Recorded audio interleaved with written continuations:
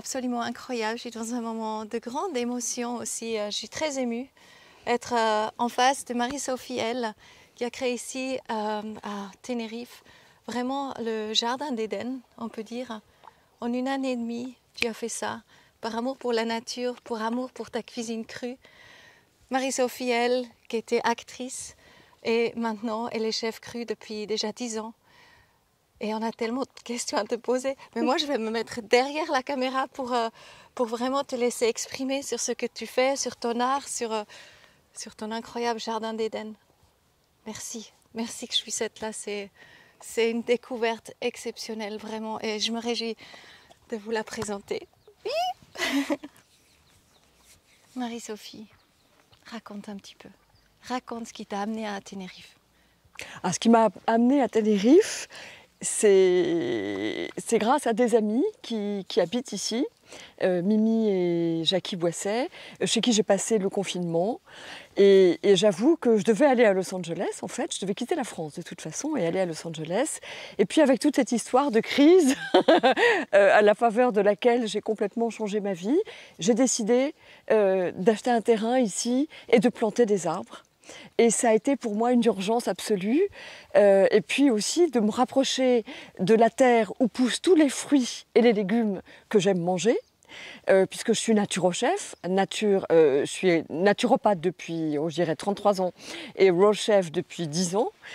Donc cultiver dans une abondance les fruits et les légumes que j'aime, sous un climat qui est complètement propice, une nature généreuse, un printemps perpétuel, et puis me rapprocher de la terre, pour moi l'urgence c'était vraiment, donc encore une fois à la faveur de la crise, qui ça fait depuis 1 an et demi quand même, hein, qu'on vit ces turbulences de pandémie, et bien de faire pousser des fruits, des arbres, des plantes. Pour moi, c'était ça qui est devenu une priorité numéro 1. Donc j'ai effectivement changé ma vie en quelques secondes. J'ai trouvé un terrain sur le Bon Coin local, hein, c'est vraiment une annonce, et j'ai tout de suite acheté ce terrain. On s'est beaucoup moqué de moi quand j'ai acheté ce terrain, puisque les voisins disaient que rien ne pouvait pousser. Et puis voilà, j'ai dû, c'est vrai, apporter de la terre, j'ai mes chevaux qui donnent du crottin, j'ai refabriqué une terre avec tout un tas de moyens et de procédés dont on peut parler. Et puis là, j'ai planté plus ou moins 1000 arbres. Enfin, voilà, donc ça fonctionne. Donc c'est très difficile à s'imaginer parce que quand tu es arrivé, j'ai vu les images, il n'y avait rien.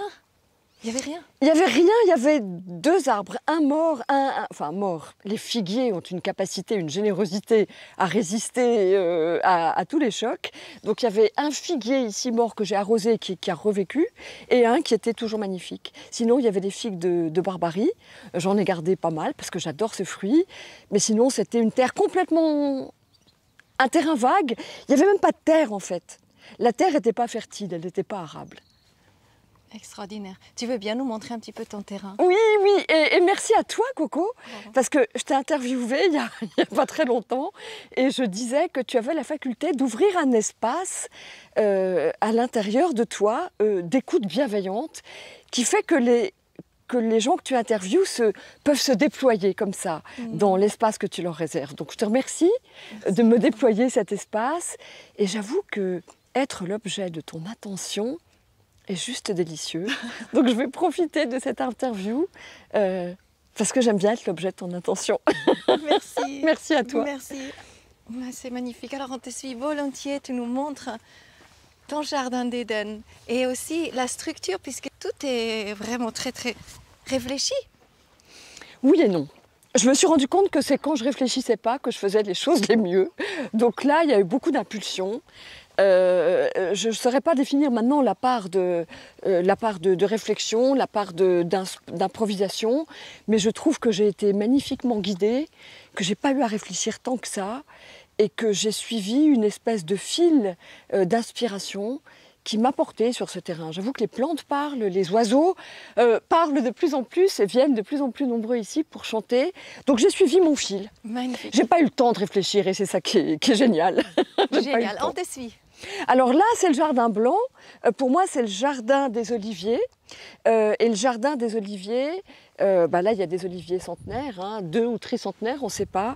Mais avec toutes les fleurs blanches, avec toutes les fleurs méditerranéennes, il y a des lauriers, il y a aussi il y a toutes les lamiacées, le thym, l'origan, la lavande, le romarin, voilà, toutes les plantes méditerranéennes avec les oliviers, ça c'est le jardin blanc.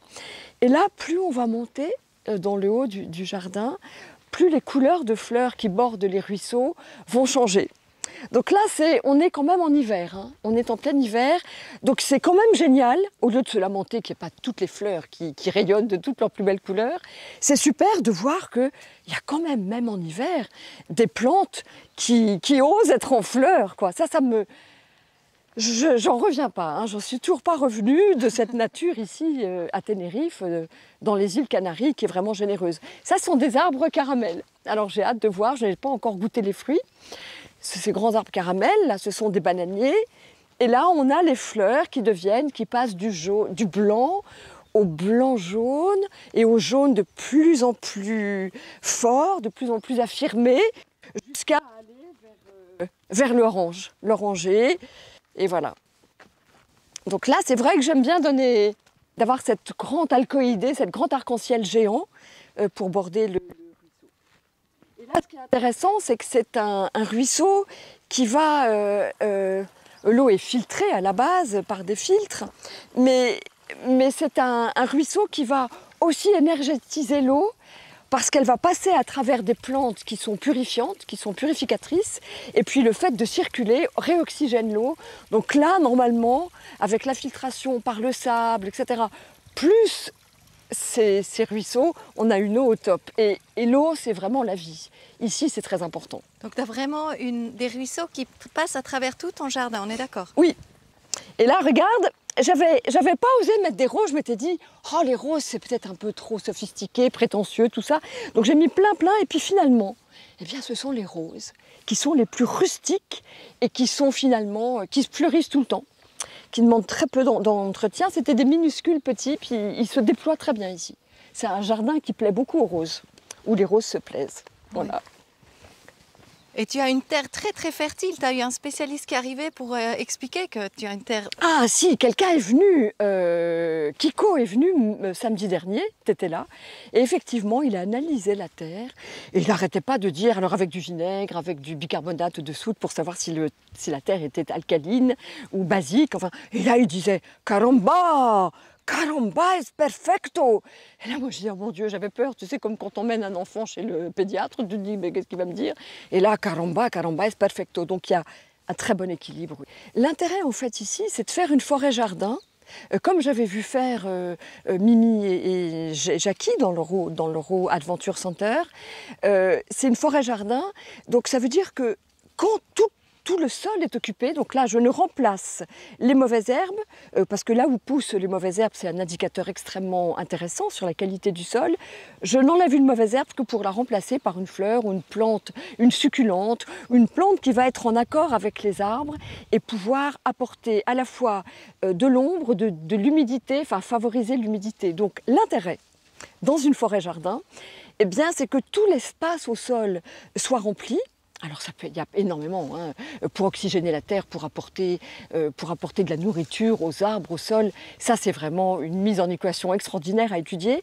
Mais c'est surtout pour, après, appeler la pluie. Puisque dans un sol qui est totalement occupé, et quand on a réussi à rompre la tradition de la monoculture, comme il y a beaucoup ici, hein, des bananeraies à perte de vue, dont la seule façon maintenant de pouvoir s'occuper des bananes dans les bananeraies, c'est d'être habillé en cosmonaute, tellement les produits sont devenus toxiques et tellement le sol a été appauvri, pompé complètement par cette monoculture. Donc l'intérêt, c'est de retrouver une culture diversifiée. Je ne suis pas là pour donner des leçons aux gens qui m'accueillent généreusement sur leur terre. Hein. Moi, je serai toujours une étrangère ici. Hein. Je suis la cabra loca, c'est la française folle, la chèvre folle. Mais j'avoue, on constate tout ce que la monoculture, c'est l'appauvrissement du sol, de même que l'agriculture intensive. Donc là, recréer une variété ce qui n'empêche pas de planter énormément d'arbres fruitiers, mais de créer, comme tu disais, une synergie entre les plantes à canopée haute, enfin les grands arbres, et puis les moyens arbres, et puis les plus petits, retrouver ceux qui donnent de l'ombre, ceux qui apportent des nutriments, ceux qui permettent aux autres de mieux pousser, retrouver cette solidarité intrinsèque au monde végétal. Et les observer suffisamment, c'est le principe de la permaculture, pour leur permettre de vivre ensemble et de nous donner le meilleur, et bien ça c'est super. C'est Victor Hugo qui disait une phrase incroyable. Il n'était pas permaculteur, mais la permaculture existait, de toute façon elle existe depuis toujours, quand les agriculteurs savent observer la nature et l'imiter avec humilité. Et il disait, il n'y a pas de mauvaises graines, il n'y a pas de mauvaises herbes, il n'y a pas de mauvais humains, il n'y a que de mauvais agriculteurs. Et c'est intéressant parce que là, un bon permaculteur, eh bien, ce que je ne suis pas encore, hein, c'est quelqu'un qui observe, c'est quelqu'un qui respecte, c'est quelqu'un qui est juste un chef d'orchestre de tout ce qui déjà joue sa pleine musique. Donc c'est justement pas perturber ça.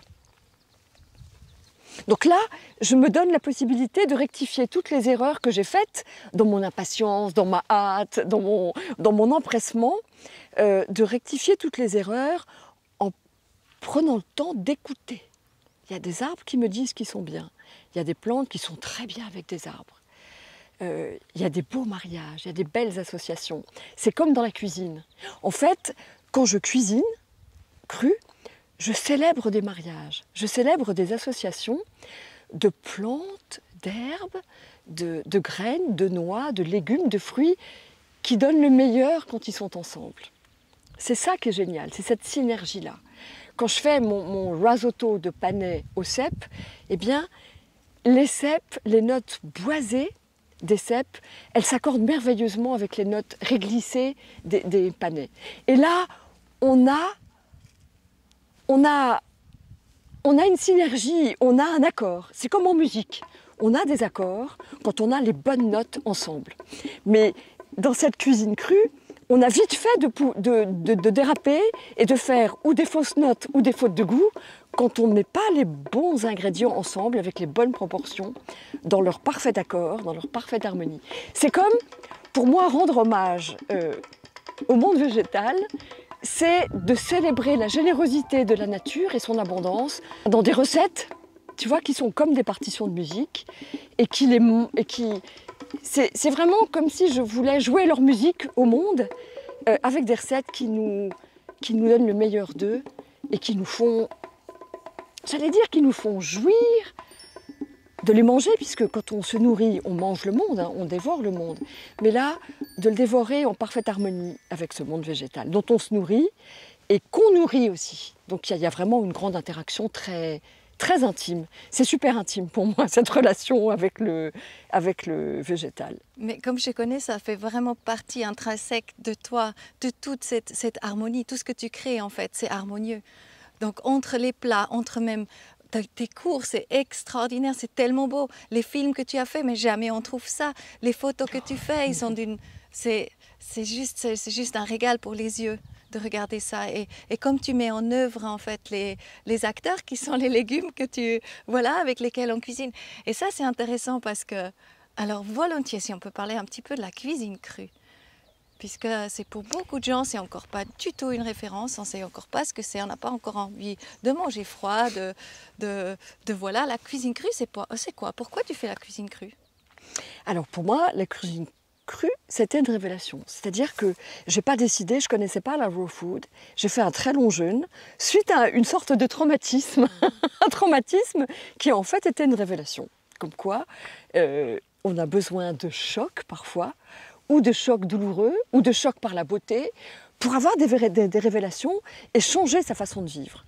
Et donc, à la suite de ce traumatisme, j'ai arrêté de manger. En fait, c'était une anorexie fulgurante, mais moi, à l'époque, je ne le savais pas, je pensais que c'était une décision, voilà. Donc, j'ai arrêté de manger, et là, mes papilles se sont complètement réinitialisées, mon organisme aussi. Et pour rompre ce jeûne, je n'ai eu envie que de manger, que de laisser rentrer dans mon corps des aliments purs, bruts, crus. Rien de processed food, rien de travaillé, voilà, rien de cuit.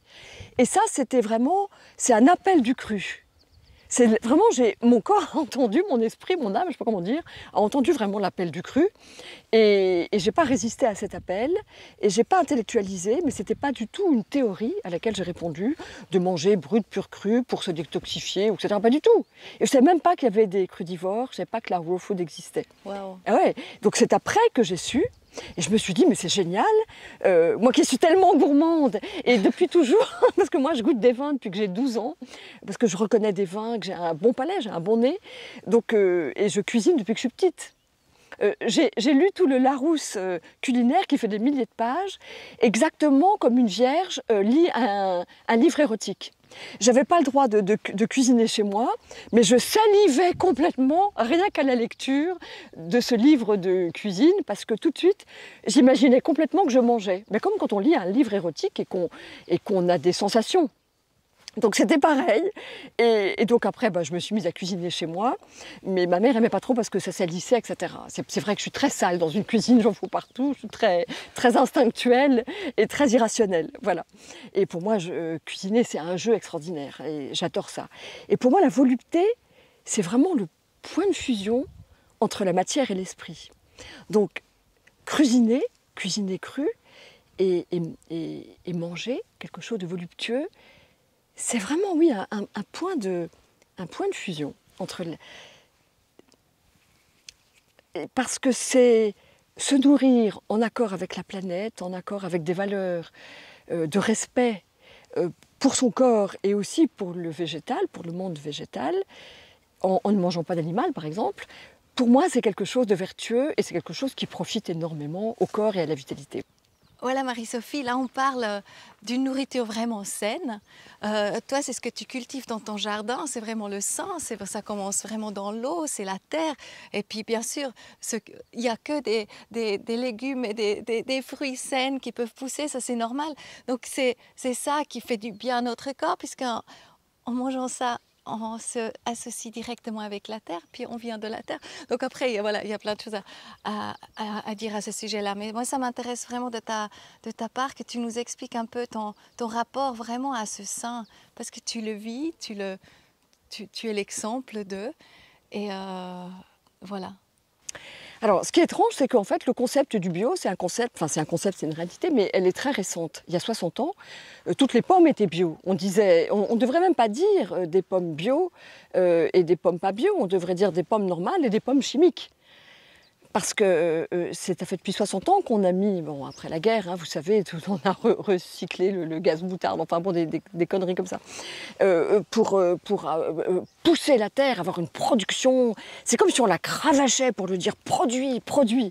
Donc c'est très violent.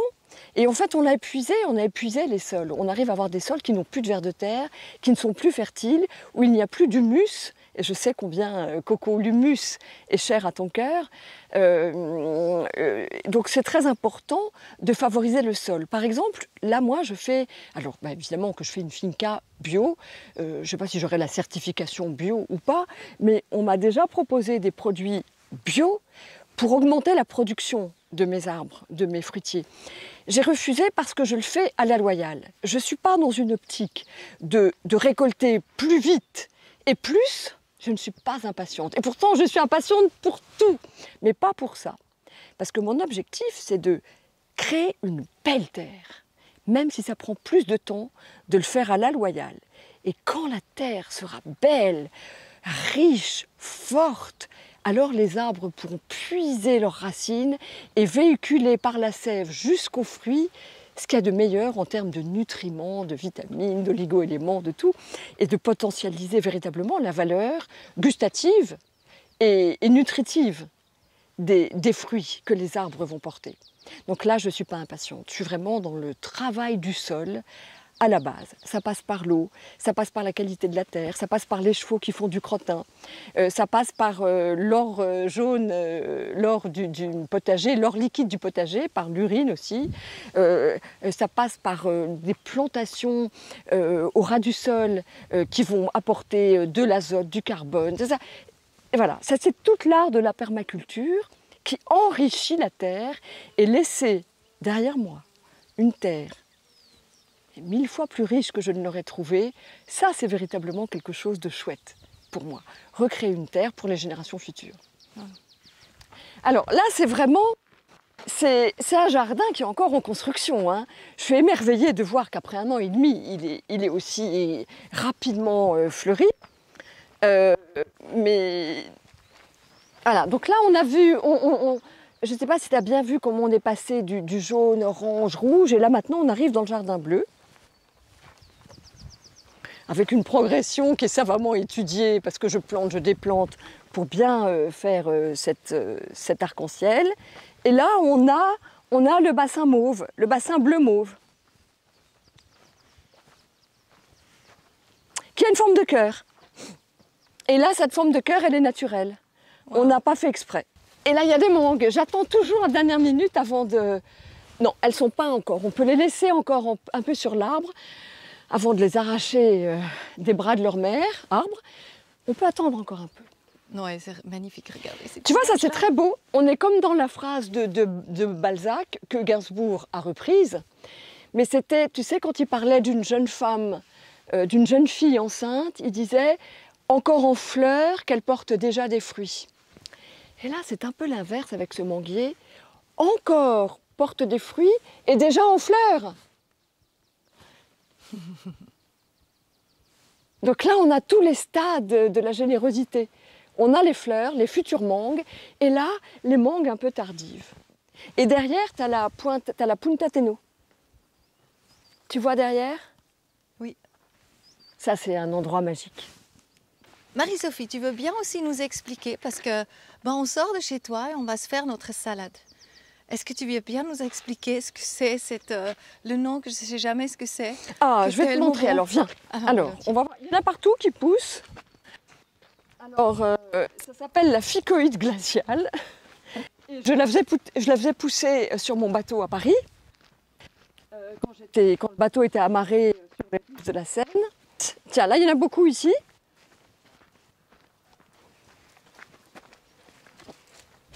Voilà. Voilà, regarde. C'est ça. Ça, c'est extraordinaire à manger. Tu peux cueillir cette salade et la laisser dans un saladier. Elle va rester belle, fraîche, drue pendant vraiment très longtemps, pendant 1 semaine, sans du tout perdre de sa fraîcheur. Et en fait, ici, les gens se lavent les mains avec. Et moi, j'en mange pas tous les jours, mais presque. Ah oui, elle est c'est ma salade. Elle est très, très... y a charnue, un peu salée. Du sel, ouais. C'est un goût super, il n'y a pas besoin de mettre du sel dans la salade. On peut mettre simplement ça avec ça. C'est génial. Un peu d'huile d'olive, c'est super. Ah oui. Et tu as aussi 2 chevaux? Oui. Oh, je les adore, les chevaux. Mes vieux chevaux, Jean-Paul et Maya, oui. Magnifique. On me les a vendus comme des chevaux de 10 et 14 ans, ils en ont 19 et 21. Ils sont comme moi, ils sont en début de deuxième vie. Les fraises. Ça, c'est mon système pour préserver des lagartes, des lézards. Rien que l'odeur. Ouais, c'est important pour moi d'être au plus près de la nature. Avec les chevaux, avec ma meute de chiens, il y a quand même 4 chiens ici, 2 chevaux, beaucoup d'oiseaux et toutes ces plantes qui m'inspirent en fait toute ma cuisine crue. Ça a changé ma vie, cette cuisine crue, du jour au lendemain pratiquement. Donc j'ai tout arrêté et j'ai tout démarré, et j'ai tout entrepris pour montrer, comme si j'avais envie de dire à tout le monde, c'est génial, il faut manger cru. Et j'ai mis en équation des recettes incroyables, hein. J'ai vraiment créé des protocoles qui n'existaient pas. J'ai créé beaucoup de... les risottos, beaucoup de recettes qui n'existaient pas en France et aux États-Unis, pour rendre cette cuisine tellement délicieuse. Parce que si elle n'est pas délicieuse, on ne peut pas manger cru. Il faut vraiment que manger soit un acte de jouissance. Et la restauration au niveau émotionnel, elle passe par le fait que la nourriture est régénérante, nous apporte tout ce dont on a besoin, mais aussi nous rend heureux émotionnellement et nous permettre de jouir de manger 3 fois par jour. Parce que je ne sais pas combien vous faites l'amour par jour, mais en tout cas, manger, c'est 3 fois. Donc, on n'a pas envie de passer à côté de ce plaisir-là. Et c'est ça que j'apprends.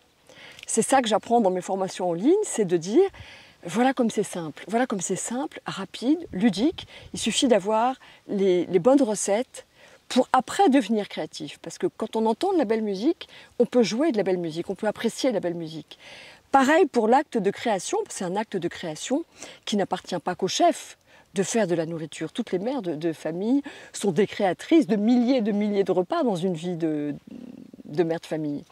Et moi, dans les formations, ce que j'apprends, c'est justement de devenir créatif avec cette nourriture. De devenir créatif parce que je donne les protocoles, j'explique le pourquoi du comment, et ça peut rendre créatif pour la vie de tous les jours et pour qu'une simple soupe soit tous les jours différente et en même temps, chaque fois la même et tout le temps différente. Qu'une crufiture, une crupote soit tous les jours différente. Que tout ce qu'on peut composer de façon facile, ludique, rapide, soit tout le temps remis en question et en équation en fonction de ce qu'on a dans notre réfrigérateur, selon ce que la saison offre comme fruit à maturité, selon ce que le lieu où on est géographique apporte. Voilà, en fonction de tous ces paramètres, on peut faire des crackers, des risottos, des purées, des soupes, des desserts. On peut faire tout ça en s'amusant et tellement plus rapidement que la cuisine traditionnelle. C'est ça qui me donne un vertige depuis 10 ans et que j'ai jamais changé de métier en 10 ans. Je suis toujours à rendre cette cuisine crue abordable et à l'enseigner. Marie-Sophie, merci. J'espère que vraiment ça donne beaucoup envie de s'exercer, à recultiver la terre, à faire pousser des magnifiques plantes en symbiose avec nous. Merci. Merci à toi, Coco.